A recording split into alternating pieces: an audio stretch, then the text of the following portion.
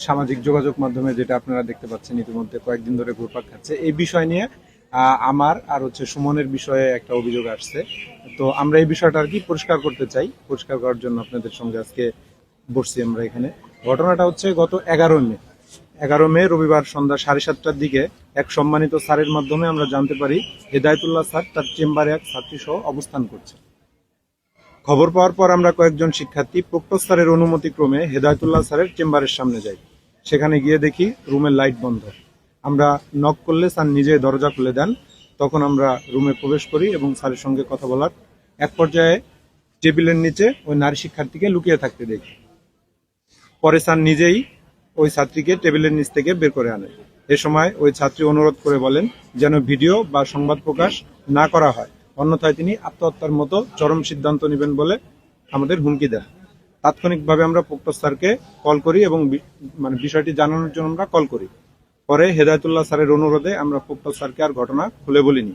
এ সময় ওই শিক্ষার্থীর নিরাপত্তার বিষয়টি বিবেচনা করে আমরা তখন ভিডিও না প্রকাশ করার সিদ্ধান্ত নিই। পরবর্তীতে বিষয়টি বিশ্ববিদ্যালয়ের উপাচার্য স্যারকে জানানো হয়। স্যারের পক্ষ থেকে আমাদের একটি লিখিত অভিযোগ দিতে বলা হয় এবং জানানো হয় অভিযোগকারীদের পরিচয় গোপন রেখে যথাযথ ব্যবস্থা নেওয়া হবে।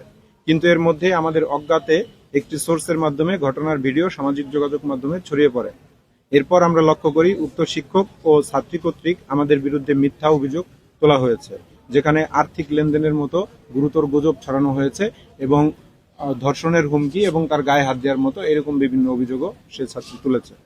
আমি স্পষ্টভাবে বলতে চাই, আমাদের সঙ্গে অভিযুক্ত শিক্ষক বা শিক্ষার্থীর কোনো ধরনের আর্থিক লেনদেন হয়নি। আমাদের উদ্দেশ্য ছিল কেবলমাত্র একটি অনৈতিক ঘটনার যথাযথ প্রতিবাদ ও প্রশাসনকে অবহিত করা, যেটা আমরা ঘটনার পরে প্রশাসনকে অবহিত করেছি।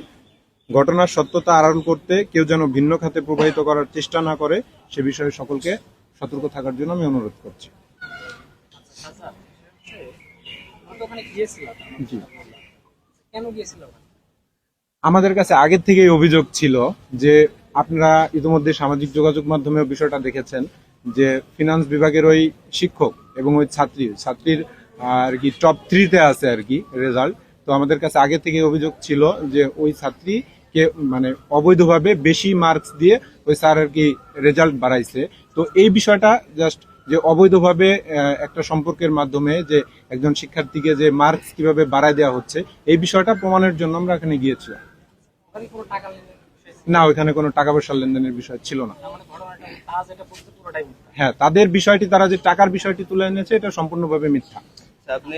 তারা এই বিষয়ে কোনো প্রমাণও দেখাতে পারবে না যে আমরা তাদের কাছ থেকে কোনো আর্থিক লেনদেন করেছি।